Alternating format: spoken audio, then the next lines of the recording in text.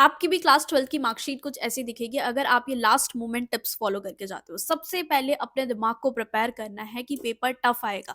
I know आप सब यही मैनिफेस्ट कर रहे होगे कि भगवान जी प्लीज पेपर आसान देना, बट दिमाग को प्रिपेयर रखो कि पेपर मुश्किल ही आएगा। सबसे पहली बात, क्योंकि CBSE class 10th boards maths का पेपर मुश्किल आया है, तो हाई चांसेस है कि सीबीएसई का आपका फिजिक्स का पेपर भी डिफिकल्ट आने वाला है। मैं आपको डरा नहीं रही हूँ, आपको मेंटली प्रिपेयर कर रही हूँ। बहुत सारे स्टूडेंट प्रिपेयर नहीं होते हैं, एग्जाम में जाके वहां पे देखते हैं कि अरे ये नहीं आ रहा, ये नहीं आ रहा, और पैनिक करते हैं। तो इस सिचुएशन को कैसे हैंडल करना है वो आप पहले से ही प्रिपेयर होके जाओगे, तो आप बेटर पेपर अटेम्प्ट कर पा रहे होगे। अब कल आप जैसे ही फिजिक्स एग्जामिनेशन देने जाओगे सेंटर में, आपको सबसे पहले कुछ नहीं देखना है, आपको अपनी पूरी ओएमआर अच्छे से फिल करनी है। फर्स्ट पेज में कोई गलती नहीं करनी है, कोई मिस्टेक नहीं करनी है, ठीक है, क्योंकि पहला ही पेपर आपका मेन सब्जेक्ट है फिजिक्स है। उस डर के ही कारण बच्चों ने अपने ओएमआर में गलती कर देते हैं, तो ये मिस्टेक आप ना कर रहे हो। सेकंड, जब आपको पेपर रीडिंग का टाइम मिलता है 10 मिनट 15 मिनट, उसमें आपको उन क्वेश्चन पे फोकस नहीं करना है जो आपको नहीं आता है। फोकस ऑन दैट क्वेश्चंस जो आपको आते हैं, जो टॉपिक्स आपने पढ़े हुए हैं, जो आपके फेमिलियर टॉपिक्स हैं, उन्हीं क्वेश्चन पे पहले फोकस दो कि अच्छा ठीक है, ये भी आता है, ये भी आता है, ये भी आता है। इसलिए बोल रही हूँ क्योंकि क्वेश्चन देख के स्टूडेंट घबरा सा जाता है कि अरे ये क्वेश्चन नहीं आता, और उस ना आने वाले क्वेश्चन की वजह से जो क्वेश्चन आता है वो भी भूलता जाता है।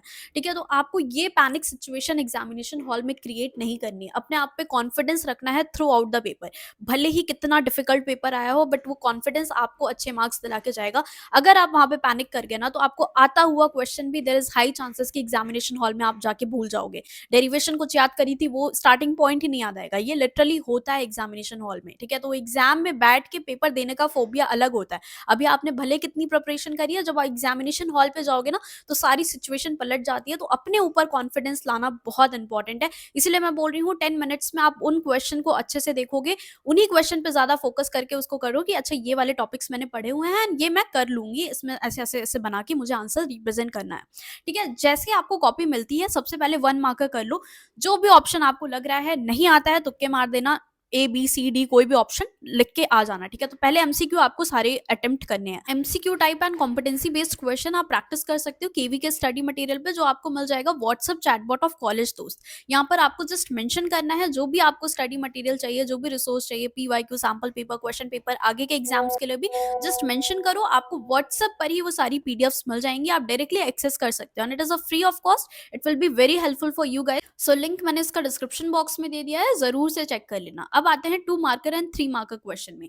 इसमें न्यूमेरिकल्स जो आ रहे हैं, आपको सबसे पहले उसका फॉर्मूला लिखना, पूरा क्वेश्चन सॉल्व करना, एंड यूनिट लगाना मत भूलना। यूनिट लगा के आंसर को बॉक्स में करके आना।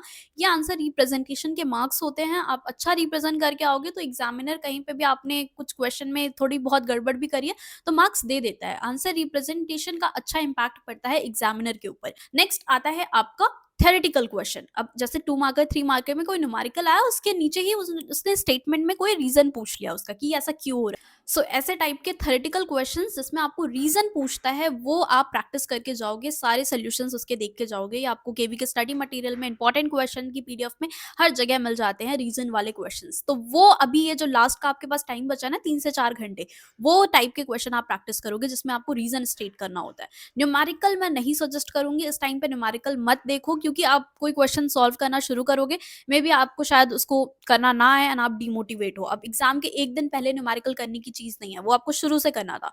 अभी आप फोकस करो थ्योरेटिकल क्वेश्चंस पे, डेरिवेशंस पे, कि आप जल्दी जल्दी उसको मेमोराइज कर पाओ, एंड डेफिनेशंस पे, जो आपके डायरेक्ट ऑफ लॉ पे आता है, डाइपोल पे आता है, वो सारी चीजें आप एकदम से लिख पाओ, अच्छी मतलब एक अच्छे लैंग्वेज में लिख पाओ। जो बुकिश लैंग्वेज है डेफिनेशंस की, तो आपकी बुकिश लैंग्वेज लिखते हो तो आपको अच्छे मार्क्स मिलते हैं। इट इज नॉट नेसेसरी कि आप बिल्कुल रट्टाफिकेशन करके जाओ, ठीक है, इट्स ओके अगर आपको नहीं आता है, बट कीवर्ड एटलीस्ट आपके इंपॉर्टेंट कीवर्ड्स उसमें मेंशन होने चाहिए। जरूरी नहीं है कि लाइन बाय लाइन आप बुक का लिख के आओ, बट वो इंपॉर्टेंट क्वेश्चन, जैसे एडी करंट आ रहा है तो इंपॉर्टेंट वो कीवर्ड्स उसमें होने चाहिए डेफिनेटली, ठीक है। सो वो आप देख के जाना कि कीवर्ड्स आपसे मिस आउट ना हो रहे हैं, और उसको अंडरलाइन भी करना, ठीक है, जिससे एग्जामिनर एक बार में देख रहा है, अच्छा कीवर्ड्स उसको दिख गया, वो पूरा आपका नहीं पढ़ेगा कहानी आपने क्या लिख रखी है।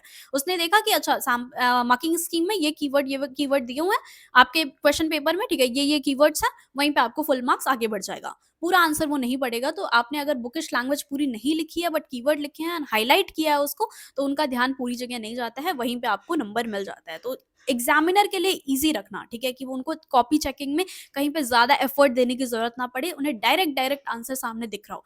एंड जो क्वेश्चन आपको नहीं आता है, उसमें हाइलाइट मत करने लग जाना। जिसमें आपने थोड़ा बना के लिखा हुआ है, आपको एग्ज़ैक्टली आंसर नहीं आ रहा है, उसमें हाइलाइट मत कर देना। टीचर को पता लग जाएगा कि आपने कोई अलग कॉन्सेप्ट एक्सप्लेन कर रखा है एंड वहीं पे आपको 0 मार्क्स मिल जाएँगे। सो जो श्योर शॉट हो और जो आंसर आपको लगता है कि यस यही करेक्ट आंसर है, उसमें आप प्रॉपर्ली हाइलाइट करके आओगे। I will suggest 1 marker, 2 marker, 3 marker में क्वेश्चन नंबर का सीक्वेंस सेम रखना, पैरा जंबल करके मत रखना। जो क्वेश्चन नहीं आ रहा है, जिसमें कॉन्फिडेंस नहीं है, उसके लिए थोड़ा-सा स्पेस छोड़ के नेक्स्ट क्वेश्चन की नंबरिंग सही से करना, ठीक है? जो क्वेश्चन अटेम्प्ट कर रहे हो एंड क्योंकि इसमें भी स्टूडेंट गलती कर देते हैं, फिर आते हुए भी मार्क्स नहीं मिलते हैं, तो ये गलती आप ना कर रहे हो। नेक्स्ट जब आपको 5 मार्क का क्वेश्चन जब आता है, तो उसमें आप भले ही ऊपर-नीचे कर सकते हो, उसमें इतना मैटर नहीं करता है, इतने सारे क्वेश्चंस होते भी नहीं है उसमें। पहले वो क्वेश्चन अटेम्प्ट करना जो आपको अच्छे से आता है, ठीक है? जिससे उसको एटलीस्ट आप प्रॉपर्ली कर लो, उसमें बना-बना के आपको ज़्यादा सोच के लिखने की ज़रूरत ना पड़े। फिर वन्स यू आर डन, जो क्वेश्चंस आपको आते हैं, अब आप आओगे उन क्वेश्चन पे जिसमें आपको थोड़ा-सा डाउट है, जिसमें आपको बना के चीज़ें लिखनी है, ठीक है? तो वो भी पेपर अटेम्प्ट करके आओगे। कोई भी क्वेश्चन छोड़ के नहीं आना है, कोई थ्योरेटिक कुछ भी याद आ रहा है उससे रिलेटेड, कोई फॉर्मूला, कोई डेफिनिशन, कुछ भी, anything, anything around that question आपको याद है, उसको आप लिख के आओगे, मार्क्स आपको मिलते हैं, ठीक है? जब पेपर डिफिकल्ट होता है, लास्ट ईयर इतना मुश्किल पेपर आया था बट बहुत सारे स्टूडेंट पास हो गए थे, पासिंग 90 प्लस फिर भी स्टूडेंट्स के आए थे। क्यों? क्योंकि आप कुछ लिख के आओगे, मार्क्स देने का स्कोप होता है एग्जामिनर के पास। जब पेपर डिफिकल्ट होता है तो लीनियंट चेकिंग होती है एंड आपको ग्रेस मार्क्स भी मिलते हैं। So don't worry about that. बाकी डिफिकल्ट पेपर अटेम्प्ट करने के लिए आप अगर प्रिपेयर हो और पेपर आसान आ जाता है, तो फिर आप बहुत अच्छा परफॉर्म करके आओगे। अभी के लिए थ्योरेटिकल क्वेश्चन पे फोकस करो, फॉर्मूलाज वापस से रिवाइज करो एंड डेरिवेशन रिवाइज करो। ज्यादा स्ट्रेस मत लेना, कुछ नई चीजें मत करके जाना जिससे आपका मोरल डाउन हो जाए, ठीक है?